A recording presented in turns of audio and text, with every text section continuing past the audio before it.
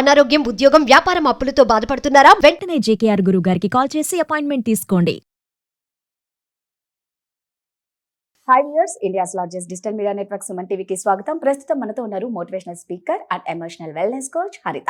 నమస్తే హరిత. నమస్తే. నమస్తే హరిత, నిన్న న్యూస్ చూస్తే అసలు బాధ వేస్తుంది.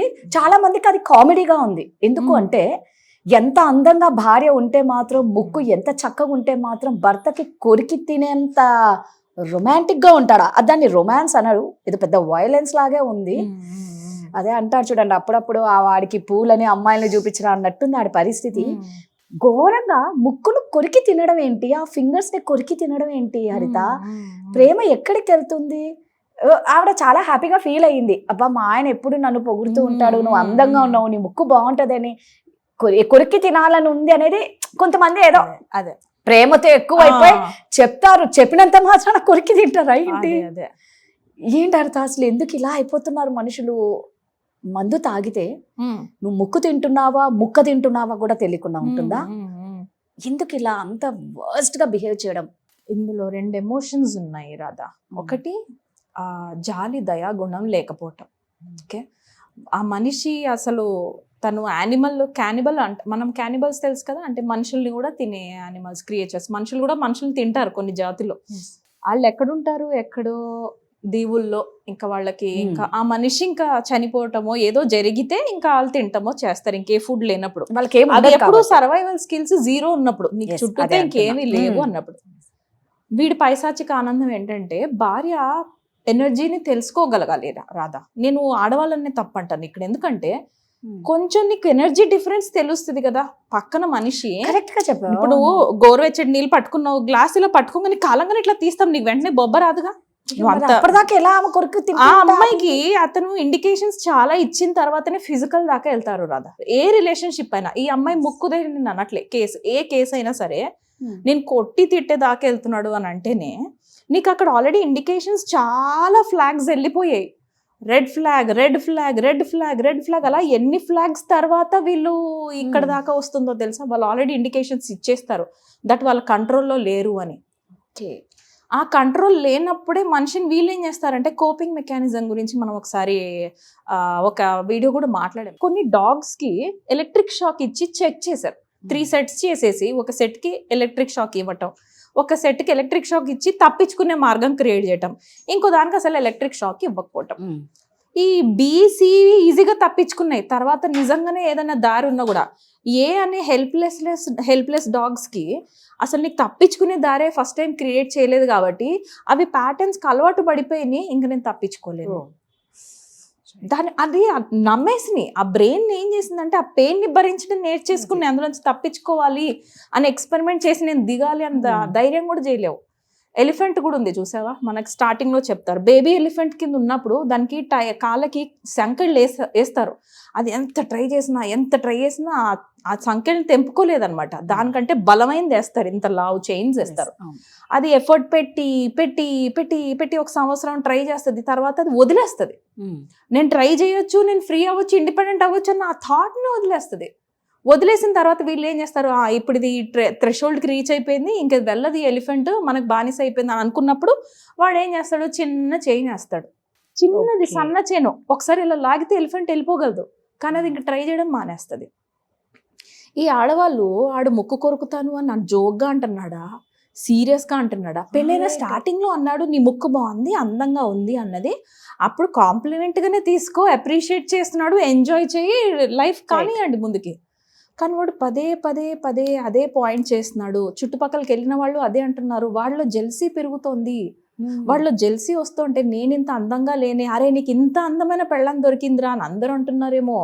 వాడికి లోపల ఆల్రెడీ ఇన్ఫీరియర్ పర్సన్ కి వీడికి అందంగా ఉండే పెళ్ళం ఇంకొంచెం అందంగా, అందరూ ఈ అమ్మాయిని పాయింట్ చేస్తూ ఈ అమ్మాయిని బాగా పొగుడుతూ, నీకు ఇంత మంచి పెళ్ళం, దొండపండు లాంటి పెళ్ళం మనకు తెలియదు కదా, ఇంకా జస్ట్ కేసెస్ చెప్తున్నా. అలా ఆ పిల్లని ఎంత పొగుడుతున్నారో భార్యని, వీడికి జెల్సీ అంత పెరిగిపోతుంది. రైట్, ఆ అమ్మాయి అందమే వీడికి ఒక పాయింట్ లో అయిపోయింది. అది ఏ లెవెల్లో ఎప్పుడు వాడు రీచ్ అయ్యాడో మనకు తెలీదు, అయి ఉండొచ్చు. This is my perception. Right, వాడు వెళ్ళి ఒక స్టేజ్ కి రీచ్ అయిపోయి ఉండాలి. ఇంకా దీన్ని అందం పాడు చేస్తేనే కానీ నేను ప్రశాంతంగా ఉండలేను. నేనేమంటా అంటే ఈ లెవెల్ దాకా ఈ పిల్లకాయ ఏం చేసింది అదే అసలు? కదా. నువ్వు అదే, ఇంత అవును. అలర్ట్ కూడా లేకపోతే ఎట్లా? నువ్వు తిరగబడతావు అనే తెలీదు. నువ్వు అప్పటిదాకా పోలీస్ స్టేషన్ రీచ్ అవ్వలేదా? Expect చెయ్యలే, కొరుకుతాడు అంటాడే కానీ అసలు అంటే అది ఊరికే ఊహ అన్నారు కాదు. రాదా? అదే చెప్తే ఊరికే అర్థమైంది. అన్నారు. ఏ అబ్బాయి కూడా టైం పాస్ కి అన్నాడు. అంటే 1-2 సార్లు అంటే ఓకే కానీ నేను ఎప్పుడైనా నీ ముక్కు కొరికి వినేస్తా అంటాడా? అదేమన్నా జోకా? ముక్కు ముద్దు పెట్టుకుంటాను, లేకపోతే ముక్కుని దండం పెట్టుకుంటాను, లేకపోతే ముక్కుని ఇలా ఉన్నప్పుడు సవర్ తీసుకో, ఏదో అది కదా ప్రేమ చూపించిన. ఈ కొరుకుతాను అన్నటువంటి వాడు చెప్తున్నాడు అంటేనే నీ violence. If I'm not wrong, తాగి తాగి తాగి ఒక స్టేజ్కి వెళ్ళిపోయాడు.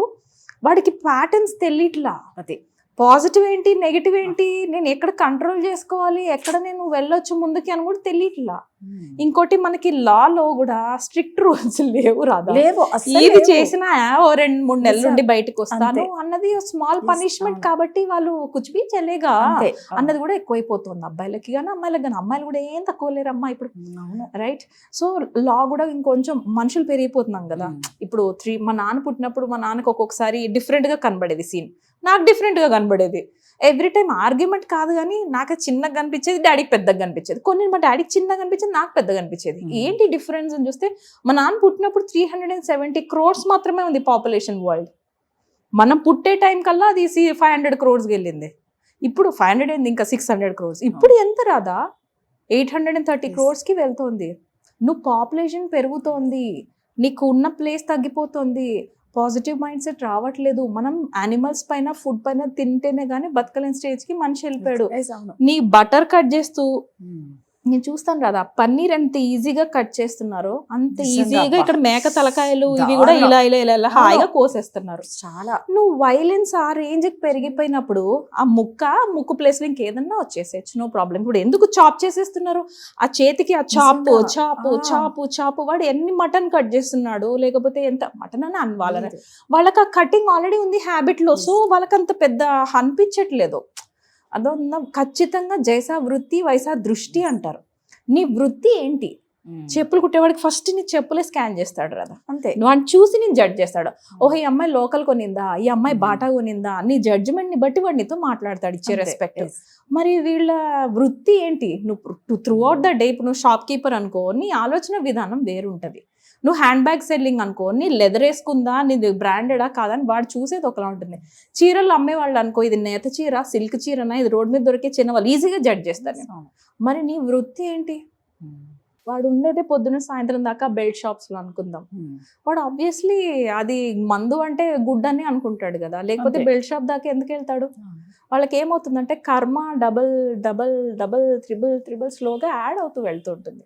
కర్మ ఫిలాసఫీ ఇస్ వెరీ డీప్. మనం కళ్ళకు కనబడింది అంత అనుకుంటాం. రీసెంట్గా ఒక అమ్మాయి వీడియోలో చెప్పింది, నాకు 28 yearsకే క్యాన్సర్ వచ్చింది. So I went back. నాకు ఎందుకు వచ్చింది అని వెనక్కి చెక్ చేసుకుంటే డైలీ 2 glasses ఆఫ్ మిల్క్ తాగేదాన్ని. మిల్క్లో ఉండే ఈ ఎమల్సిఫైయర్స్ కానీ ఇవి కానీ నా క్యాన్సర్కి కారణం కాబట్టి నేను మానేశాను, మీరు కూడా మానేయండి అని చెప్పింది. నేను ప్యారలల్గా నేను కోర్స్ ఫాలో అవుతున్నాను. నేను కోర్స్ తీసుకున్న ప్రస్తుతం న్యూట్రిషన్ కోర్స్. మా మేడం చాలా క్లియర్గా చెప్పింది, ఎవ్రీథింగ్ ఇస్, ఈరోజు నువ్వు పాయిజన్ కొట్టకుండా నువ్వు పంటే రావట్లేదు. నువ్వు పురుగుల మందు కొడుతున్నావు అంటేనే చనిపోవడానికి వేస్తున్నావు. నువ్వు అదే ఫుడ్ మళ్ళీ తింటున్నావు. ఆబ్వియస్లీ నువ్వు కూడా నీకు స్లో పాయిజనే ఇస్తున్నావు బాడీకి. So don't think much about ఫ్యూచర్లో ఎవడు ఎలా దేంతో పోతాడో ఎవడికి తెలీదు. నాకు అది వస్తుందేమో అని నువ్వు ఇప్పుడే అమ్మో నేను పాయిజన్ తాగుతున్నా అనుకుంటూ పాలు తాగుతావు, చూసావా? That is important. నువ్వు ఏ ఎనర్జీతోని మిల్క్ తాగుతున్నావు అన్నది important. And she said 1 glass of milk or 2 glasses of milk no problem, ధైర్యంగా తాగండి అని ఈమె చెప్పింది.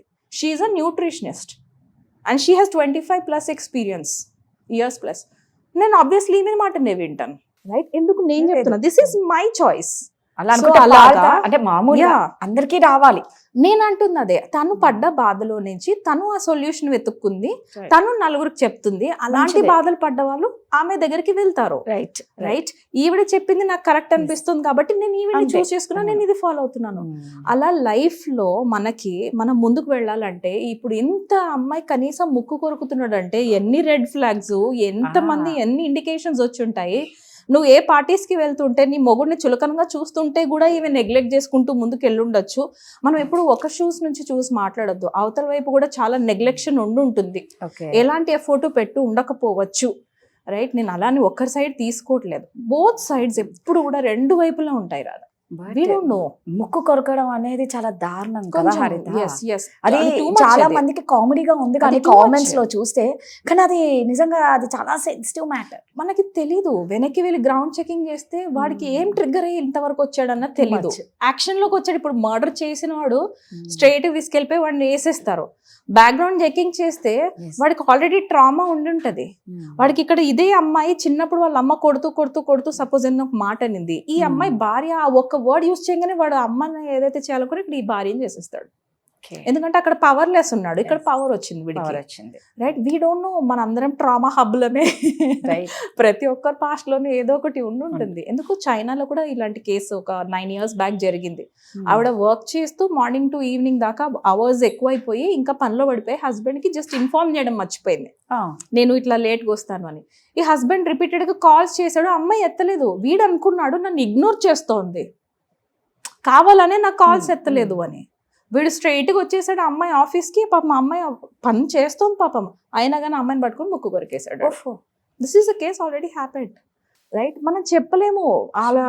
అక్కడ ఏ కేసెస్ చాలా ఉన్నాయి రాదా. సో కొంచెం మీరు కొంచెం మనం అలర్ట్ గా ఉంటే బెటర్ కదా. నిజం, అది చాలా ఇంపార్టెంట్. హరిత ఎలాగో వెబినార్ క్లాసెస్ స్టార్ట్ చేస్తుందండి సెల్ఫ్ లవ్ గురించి. సో ఒక్కసారి ఆ క్లాస్ డీటెయిల్స్ మా వ్యూయర్స్ కి. మనకి అన్నీ వచ్చి రాదా, మనందరికీ అన్నీ తెలుసు. ఏ ప్రాబ్లంకి ఏ సొల్యూషన్ కూడా తెలుసు, ఎవ్రీబడి నోస్. కానీ ఏం చేస్తామంటే ఆ లర్న్ హెల్ప్లెస్నెస్ అంటారు కదా, ఇంకంతే నా జీవితం ఇంతే, నా జీవితం ఇంతకంటే బాగుపడదు, ఇతన్ని కట్టుకున్నాం కాబట్టి నేను లైఫ్ లాంగ్ ఇలానే ఉండాలి లాంటి లిమిటింగ్ బిలీఫ్స్ లో మనకి మనమే జీవితాన్ని నాశనం చేసుకుంటాం. ఇంకెవ్వరు చేయట్లేదు రాదా. దాని గురించి మనం డిజైన్ చేసింది సెల్ఫ్ లవ్. ఎక్కువ కూడా కాదు, జస్ట్ 5 hours. ఆ 5 hours సెషన్స్ లో మనం ఇచ్చే ఇన్సైట్స్ ఎలా ఉంటాయంటే, నేను చెప్పను, వాళ్ళు కూడా రాస్తారు. వాళ్ళు రాసినప్పుడు డిఫరెంట్ పీపుల్ కదా, different people, different perspectives of life. వాళ్ళు రాసినప్పుడు వాళ్ళకి తెలుస్తుంది, ఓ మై గాడ్ నేను ఇక్కడ మిస్టేక్ జరిగింది అని. వాళ్ళు అక్కడ రీకవర్ చేసుకుంటారు. రైట్, మనం హెల్ప్ చేస్తాం అంతే, చేసుకోవాల్సింది వాళ్ళే. సో నెక్స్ట్ వీక్ మన సెల్ఫ్ లవ్ సెషన్స్లో మనం చేసేదే ఇది. వాళ్ళకి ఇంట్రెస్టెడ్ ఉంటే ఎన్రోల్ అయ్యారంటే మాత్రం మనం నాది ఏంటి జాబ్ నేను మాట్లాడతాను, హీల్ చేస్తాను. Because I'm Born for this service. వాళ్ళు సపోజ్ విని హీల్ చేసుకోగలిగేంత టాలెంట్ నాలో ఉంది. నేను పోయినాయి ఒక 5,000 ఎంతో, కానీ నేను జాయిన్ అయినాక నేను రికవర్ అవుతాను, నేను హీల్ అవ్వాలి అన్న రెస్పాన్సిబిలిటీ తీసుకున్న వాళ్ళు మాత్రం ప్లీజ్ ఎన్రోల్ అవ్వచ్చు.